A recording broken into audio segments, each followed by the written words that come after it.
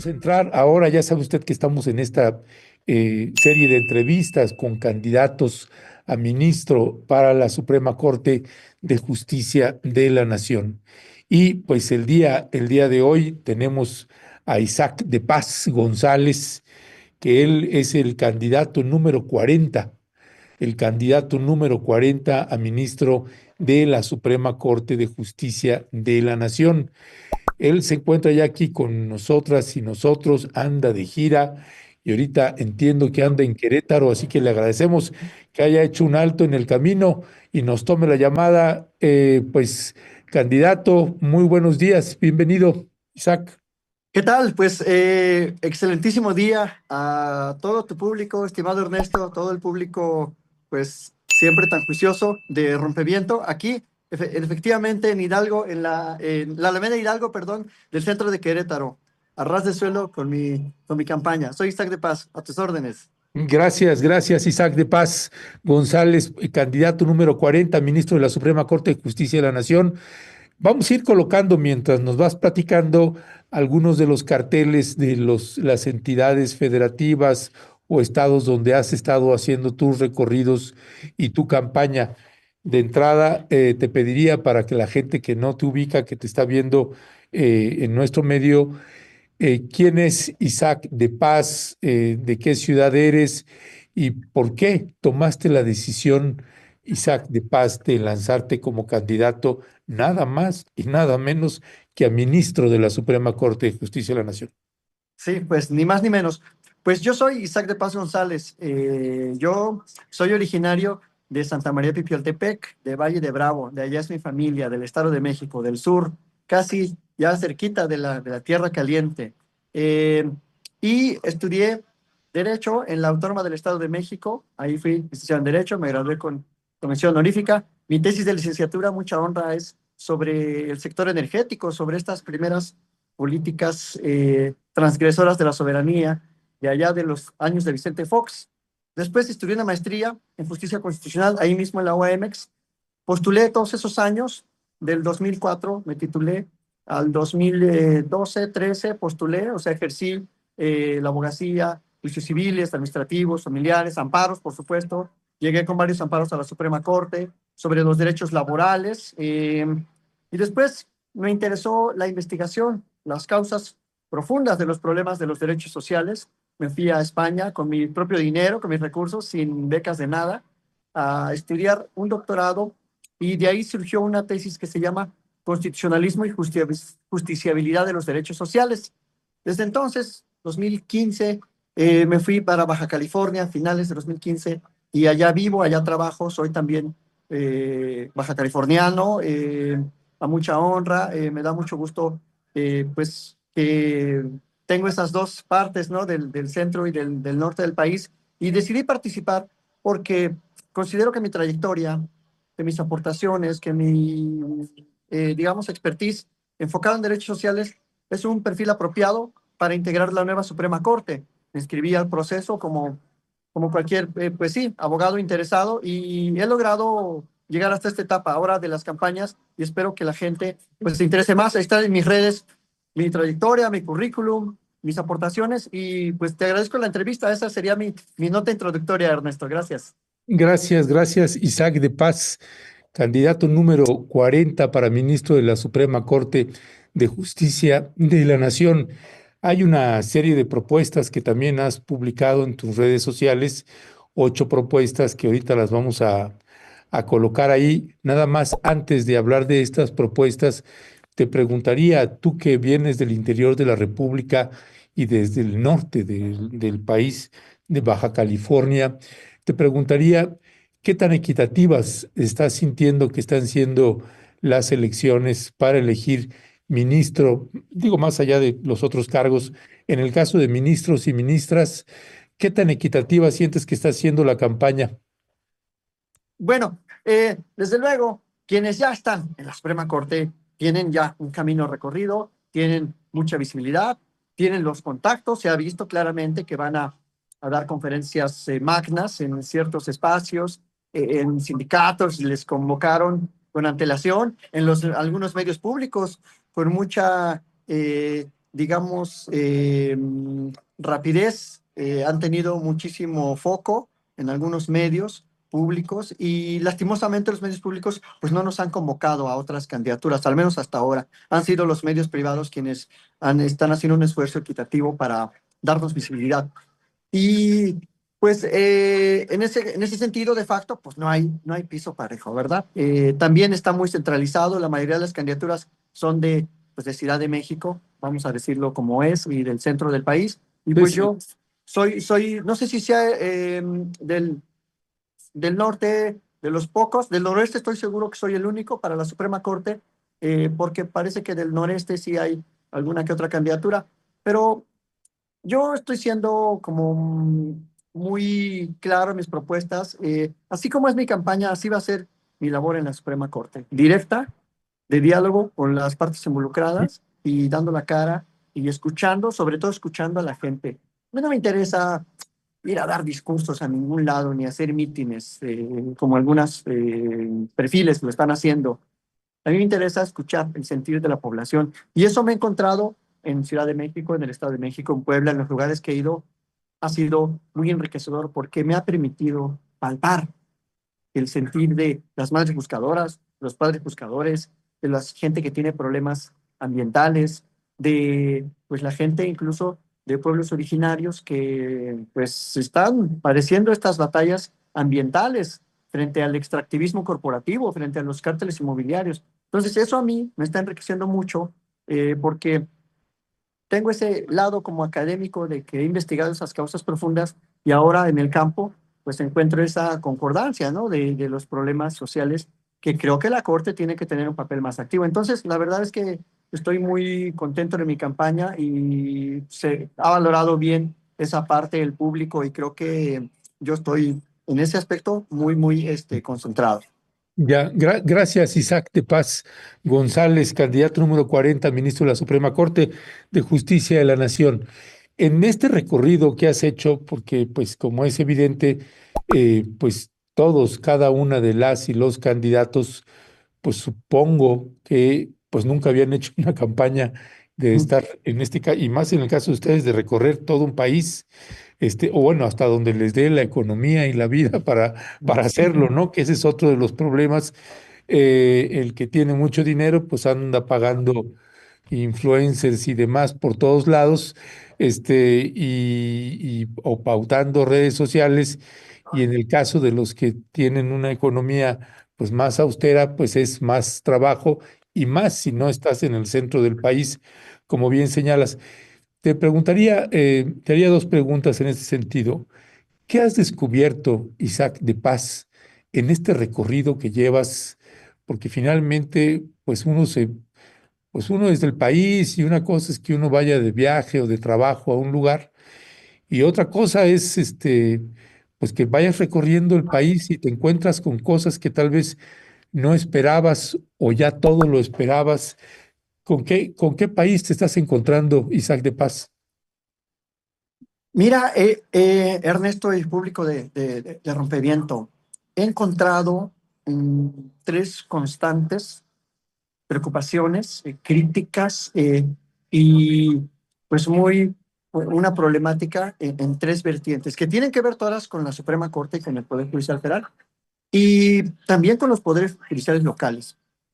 La primera, eh, los temas ambientales. Los temas ambientales son temas transversales que inciden como en esa eh, apropiación del espacio público que tanto el sector público como el privado están acotando, digamos, los espacios públicos. Es decir, las presiones inmobiliarias en poblaciones y en ciudades. Eso me he encontrado en el Estado de México, en Ciudad de México y curiosamente en León, ayer, en una problemática ambiental que me platican. ¿Y por qué tiene que ver la Suprema Corte de los Poderes? Pues porque hay acciones colectivas, hay juicios que están ahí parados, que no se resuelven rápido y adecuadamente a favor de esas colectividades. El segundo aspecto es el problema de la desaparición forzada. Me he encontrado, porque ha sido mi interés además y es parte de mi plan de trabajo, eh, con familiares de personas desaparecidas. Entonces, he palpado esa crisis humana de inseguridad, de falta de funcionamiento de las fiscalías, de las policías, de los propios juzgados federales que han sido como pasivos. Entonces, en ese sentir de la gente, ese es uno de los grandes problemas que creo que el nuevo Poder Judicial y la Suprema Corte tienen que atender con un plan bien organizado de trabajo, con una localización de expedientes, de a ver hacia dónde queremos caminar con esos expedientes y propiciando una justicia de diálogo, una justicia que logre coordinar a las instancias involucradas y logre también que las autoridades trabajen y que no le dejen ese trabajo a los familiares buscadores. Entonces, ese es un segundo aspecto muy relevante. Y tercero, la gran mayoría de la gente me expresa una gran insatisfacción con juicios que tienen mucho tiempo, muy caros, también que la abogacía es corrupta y que la justicia cotidiana pues está muy lenta y es pues excesivamente tardada y eso le genera un detrimento económico. Y al último, si se resuelve, no se resuelve bien. Entonces, esa parte también tiene que ver con los amparos, que luego se usan nada más para trabar los juicios, para impedir el avance procesal de los asuntos y la gente pues lo padece, ¿no? Entonces a veces quien tiene más dinero puede comprar una mejor justicia porque tiene más abogados, promueve más amparos y hace de un juicio pues todo un mamotreto de expediente que al último obliga a la gente a tomar decisiones que quizás no quieren. Eso me lo ha platicado directamente la gente. Entonces, esos tres aspectos son las constantes y pues no te voy a decir que eso es algo bueno, pero creo que sí es bueno que quienes estamos en la calle escuchando a la gente, pues tengamos ese palpar real, porque es la gente la que tiene un problema jurídico, va a un juzgado, va a una institución y no se lo resuelve. Entonces, eso para mí ya es histórico, ya es un gane que tiene la gente de expresarle a quien, por ejemplo, en mi caso, que quiero ser ministro de la Suprema Corte, pues esas insatisfacciones para que luego mi trabajo sea consecuente, porque para eso estoy, no nomás ando pidiendo el voto, ando haciendo primero la explicación de por qué hay elecciones, luego, pues, cuáles son mis propuestas y luego, pues al final que voten por mí, porque no llego así de que, ay, mira, vota por mí nomás porque soy doctor, experto, no, yo creo que hay que escuchar a la gente y eso me ha dejado con un gran sabor de boca en mi campaña. Ya, muchas gracias, Isaac, Isaac de Paz, candidato número 40 para ministro de la Suprema Corte de Justicia. Para cerrar, Isaac, hay una propuesta de trabajo, 8 puntos que estás colocando. Si pudieras abordarlos brevemente, estos 8 ejes que estás planteando, eh, cómo los desarrollarías? Mira, Ernesto, los primeros cuatro ejes Sí, tienen que ver con la justicia más efectiva, con una reparación integral del daño, porque la Corte en muchos amparos que resuelve no le entra al fondo de los asuntos, los devuelve para que se haga una valoración otra vez en la segunda instancia o a veces hasta en el juzgado originario. Y la Corte tristemente ha resuelto casos en 12 años, después de 12 años de litigio, sin una resolución efectiva de fondo. Entonces, tenemos que crear una doctrina de reparación integral del daño. Otro de los aspectos importantes que podría englobarlo, como tres de mis ejes, son los derechos de la seguridad social de las infancias. Eh, Estos derechos son como muy olvidados, los derechos de las grandes masas trabajadoras. Fíjate, hace ratito, aquí en el centro de Querétaro, un trabajador de Rappi me explicaba su situación y yo he conocido de fondo esa problemática de la falta de seguridad social, de la falta de protección de la salud, de que no tienen aguinaldo, no tienen vacaciones, no tienen reparto de utilidades y se manejan en ese esquema de socios. Entonces, hay una gran masa en este país de gente como él, de mujeres trabajadoras, repartidoras, que pues están ahí como en el limbo de un sistema jurídico que ha permitido que los exploten. Entonces, tiene que intervenir la Suprema Corte, tiene que intervenir el Poder Judicial, se tiene que dictar una gran sentencia estructural. Ya se ha hecho, porque por ahí hay algunos que dicen, no, pues es que, a ver, no se puede meter en la política social. Claro que se ha hecho. Tenemos el amparo en 2019 de la ponencia del ministro Pérez Dayán de las personas que trabajan en el hogar. que no tenían seguridad social y gracias a ese amparo luego obtuvieron seguridad social porque se modificó la ley del Seguro Social, la ley del IMSS, artículo 13. Se dictó una sentencia que invitaba al Congreso a legislar a favor de esas personas. Entonces, ya se hizo una vez, ¿por qué no se puede hacer más veces en otros tipos de casos? El outsourcing va más o menos también por ahí. Entonces, varios de mis ejes están centrados en esa vertiente de mejorar y reivindicar la justicia social. Entre otros, ¿no? También, por supuesto, me interesa mucho el problema de la precarización, los malos tratos en el sistema penitenciario, las personas que están sin sentencia, las mujeres que están en el sistema penitenciario, la dignificación de esos espacios. eh, Desde, pues sí, una vida digna incluso para personas que están en prisión o en prisión preventiva. Entonces, Ernesto, mi plan de trabajo se puede resumir en esos dos ejes, ¿no? Eh, Propiciar y mejorar los amparos que tienen que ver con la vida digna, con el ambiente, con la salud, con la vivienda, con el trabajo. Y el otro gran eje tiene que ver también con que cuando la Corte tenga un problema jurídico en sus manos de presupuesto, de impuestos, de facultades de investigación de la UIF, se propicie esa protección del interés público, del patrimonio nacional, de la riqueza nacional, de que todos paguemos impuestos de forma equitativa, como ya lo ordena la Constitución. No estoy inventando nada nuevo. Mi vertiente es aplicar tal cual como dice el artículo 25, el 26 y el 31 constitucional. Entonces, esos son mis ejes de trabajo. Me faltan otros cuatro, que serán 12, que tienen ya que ver más con cómo puede mejorar el funcionamiento interno del Poder Judicial. Pero esos son ejes que daré a conocer a partir de mayo, que tienen que ver también con una nueva visión de la función judicial, ¿no? Una nueva escuela judicial, una nueva forma de administrar al interior del Poder Judicial, porque la Corte va a tener ahí bajo su prerrogativa nombrar parte del famoso órgano de administración judicial que va a sustituir al Consejo de la Judicatura. Entonces, esa sería la última parte de mis ejes, que son cuatro más para que sean 12, y también tengo ya pues, líneas de acción concretas. O sea, la verdad es que mi plan, digo, no sé si está mal que lo diga, pero por algo, Viri Ríos en su metodología, en su encuesta, me consideró como el más progresista, el más capacitado en cuanto a su análisis que hace de las candidaturas de hombres. Entonces, porque tengo un plan serio de trabajo, porque tengo un proyecto de hace ya años que yo vengo estudiando lo que hace la Suprema Corte y que creo que mi actividad se decantará hacia allá, ¿no? Hacia mejorar la justicia social desde la Suprema Corte. Ya, gracias Isaac. De Paz, una última pregunta para cerrar y que es una pregunta que hace la audiencia. Dice Gus Peña, ¿cómo puede un magistrado, o en este caso un ministro, hacer que las autoridades no le dejen la búsqueda de desaparecidos a los familiares? ¿Está realmente dentro de las atribuciones de un ministro? Claro, por supuesto, porque el papel de los ministros y ministras de la Suprema Corte es aplicar la Constitución. Y los principios de la investigación en el proceso penal están en la Constitución. Entonces, que incluso desde una primera entrevista que tuve allá en Tijuana, me lo preguntaron, ¿no? Periodistas, me dijeron, ¿qué le contesta usted a las madres buscadoras?